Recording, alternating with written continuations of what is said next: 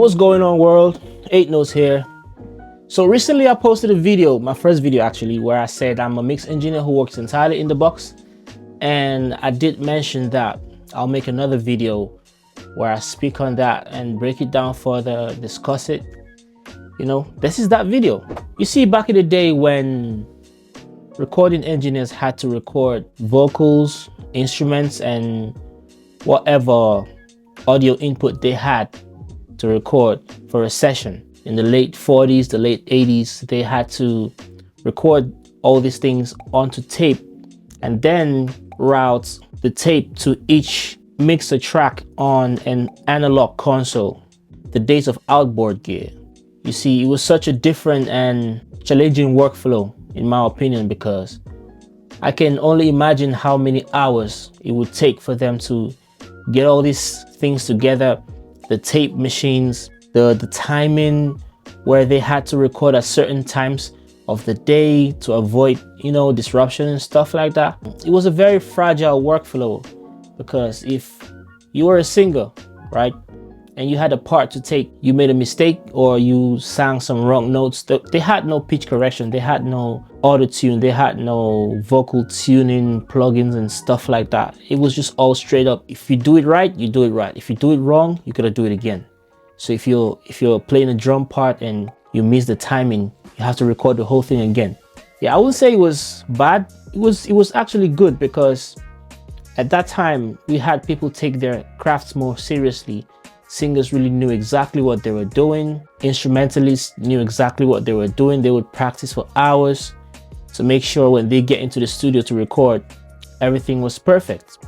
And it kept going that way until 1991 when Pro Tools was first released, and that brought the new era that we have running today of digital workflow where audio was recorded into computers and saved on drives instead of tapes and tape machines and all that.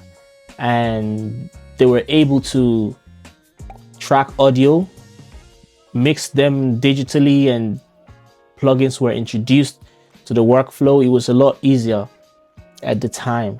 So when you look at the analog workflow and you see it had lots of pros to it as well. It had cons, but it had pros. You could see how the warmth of the audio signals were, how a certain level of reality or realism, if you look at it that way, was always in them songs.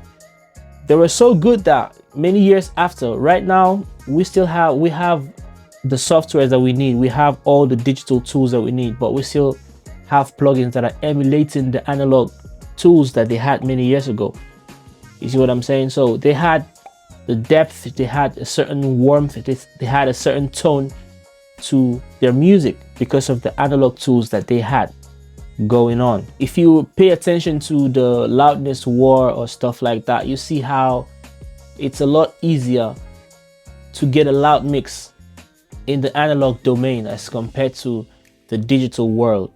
It's a lot easier. I wouldn't say a lot easier, but it actually is easier to get mixes to sound louder in analog on outboard gear than in Pro Tools or Logic Pro, because they don't play by the same rules. They don't have the threshold 0 dB that we have as a ceiling.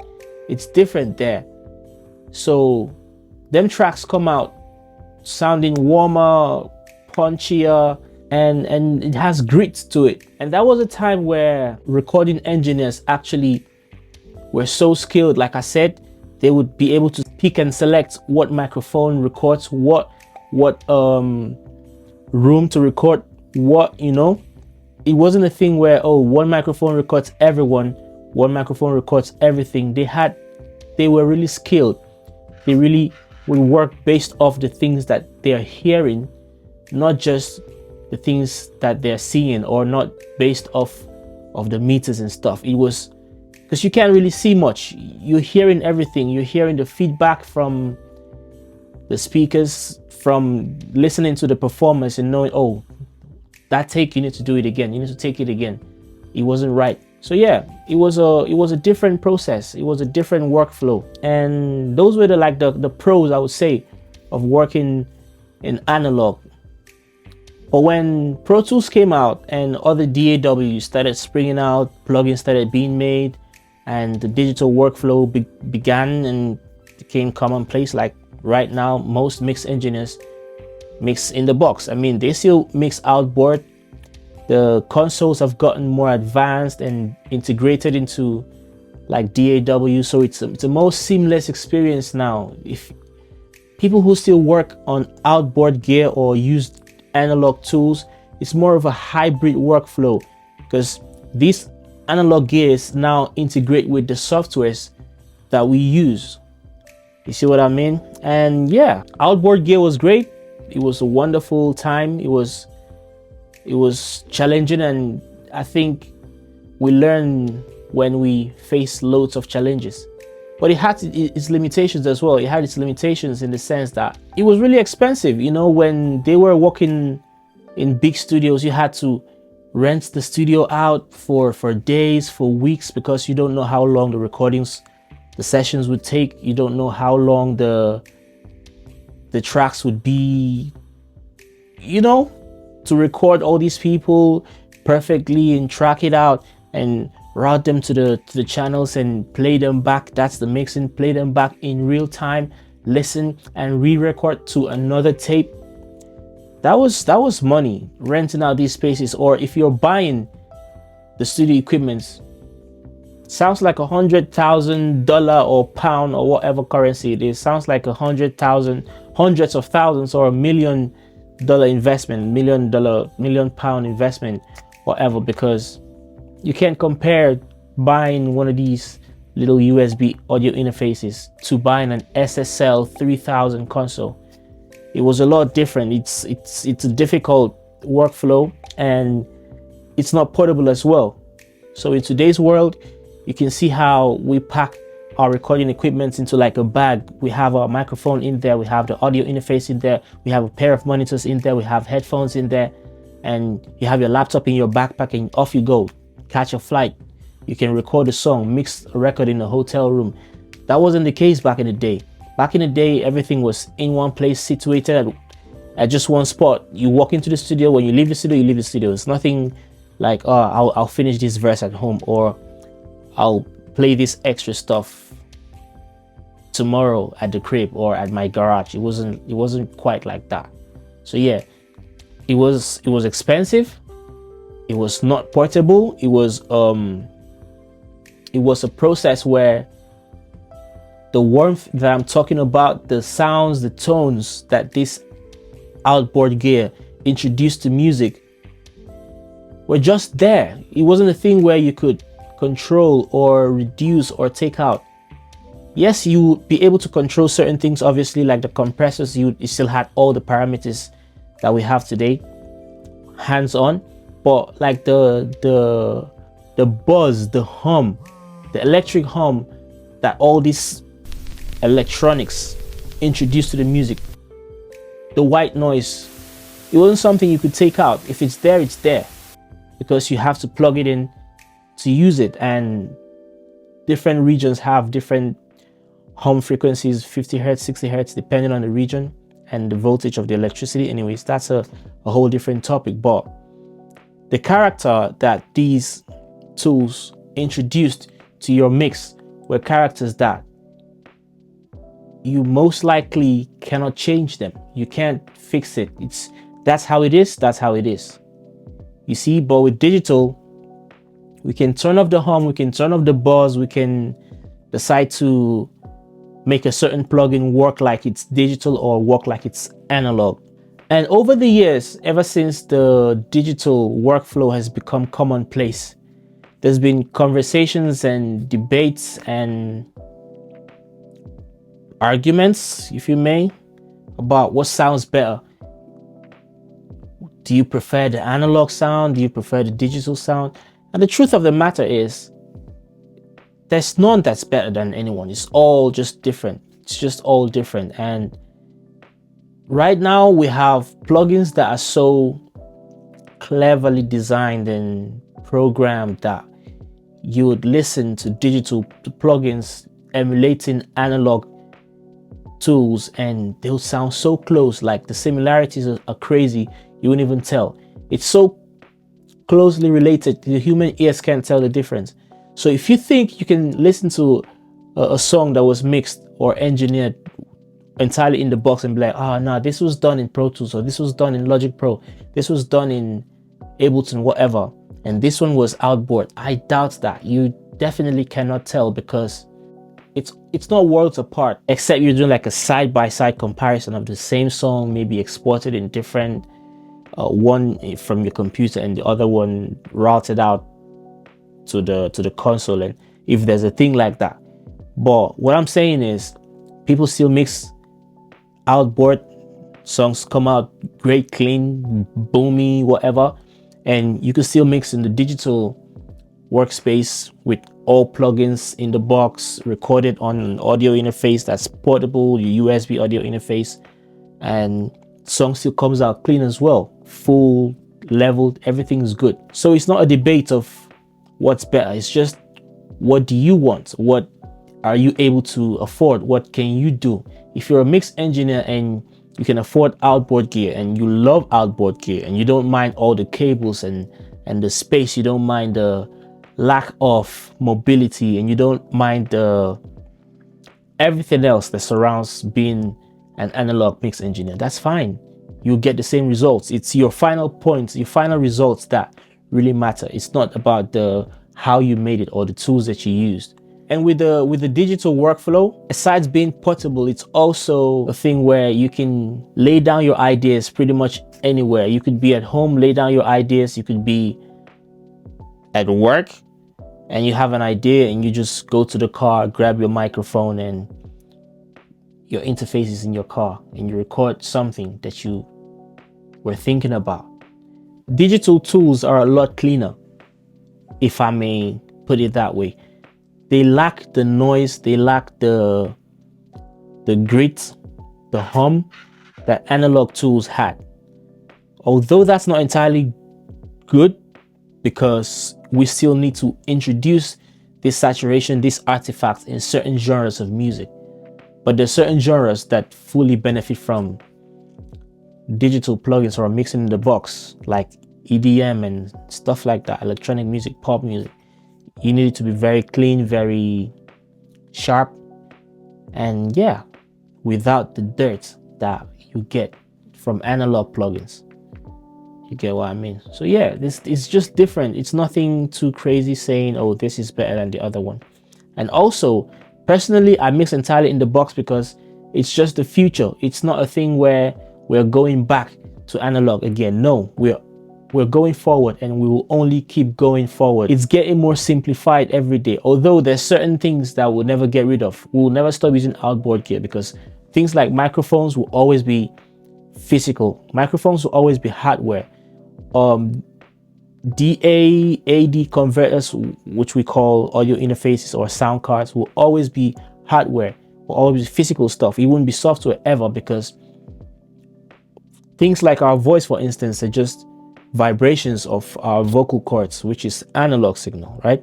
And you need to convert that to the digital that your computer will understand. So that's why you need an audio interface, and that's not something that you can't convert analog to digital, or digital from your laptop to the analog signal that your monitors or your speakers will understand. You can't do that wirelessly. You can't do that without something.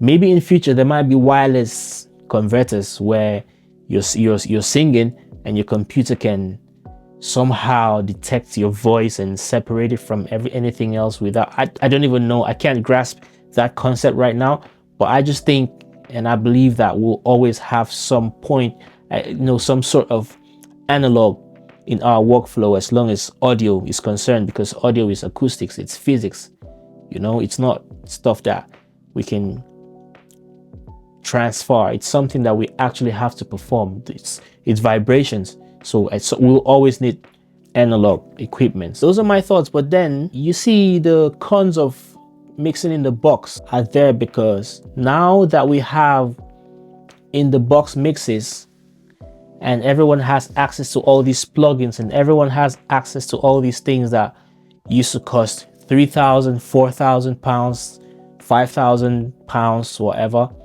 Now it's just like $400-$500 to buy the plugin. You know, it's different now, so anyone can get it. It's, if you have a certain amount of money, you can just get a starter pack, and now you're a producer, now you're an engineer, now you can mix, now you can record. So people just buy these things and they just go online, they buy presets bundles, and they're mix engineers overnight. You know, I'm not knocking that down. There's great engineers out here that just started, you know, like that, but because of the ease of access, now we don't really put in that much work into creating like they used to in the past.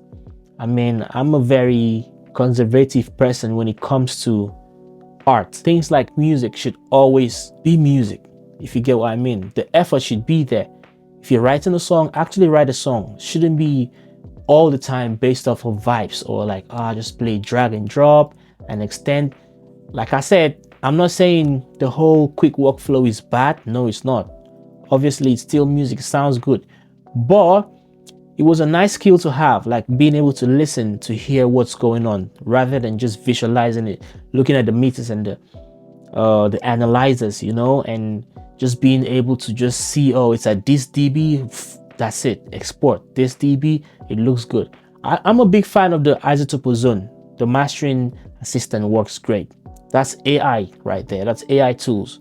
So I use it, but I wouldn't be able to use it properly if I didn't have to go through like the process of learning to hear what the compressor sounds like and how to equalize properly. Like, this is me just telling you the cons of mixing in the box, because mixing in the box, you have all these software plugins, all these tools, and it's just easy to just abuse the presets. Just Drake type presets, Young Thug vocals, Burna Boy type, and you just load and you export it. Now you think you're an engineer, but there's more to it than all of that. It's not just about loading presets and exporting them. So it takes you a longer time to get to master the craft, or to even get good at what you're doing. Because now if you are faced with a challenge, 9 times out of 10, you don't even know how to solve it, because you don't have your plugins with you. You don't have your presets with you. So in my opinion, I feel like everyone having access to the plugins, the presets and stuff is a good thing, but at the same time has played a major role in degrading music over time. But anyways, that's just my opinion. My thought process when it comes to mixing in the box. I try to be careful not to overdo the things that I'm doing, like being, because I have all these things, I should just put everything into one place and that's it. I only try to use what I need to use. If mixing is a thing where you're solving problems, so if it's not broken, don't fix it. And because you have all these tools, you don't have to go buy a Neve, you don't have to go buy an LA2A. You have the analog emulations in software version. It doesn't mean you should put everything all at once. I try not to do that. So yeah, my final thoughts, I really appreciate the analog engineers. They made us realize what we're doing right now. It probably wouldn't be possible for us to do the things that we're doing right now if they didn't do it first. But then I mix in the box and it can only go up from here. But anyways, this is my second video actually on YouTube. If you watched up to this point, thank you. I'm not great at it just yet. You can hear from my voice. Maybe you can't hear, but you get my point. I'll just keep making videos like this. If you watched up to this point, please subscribe, like it, because it will recommend this video to other people to see it as well. If you have questions, put them in the comments. If you have your ideas, just let me know what you think about the things that I spoke about. And I'll make another video if you ask a question. Now I have a topic to discuss about and talk about and break it down for you. In due course, I'll make tutorials as well, mixing and mashing tutorials. I'm a mix and mashing engineer, so I do this every day. So yeah, thanks for watching. See you later.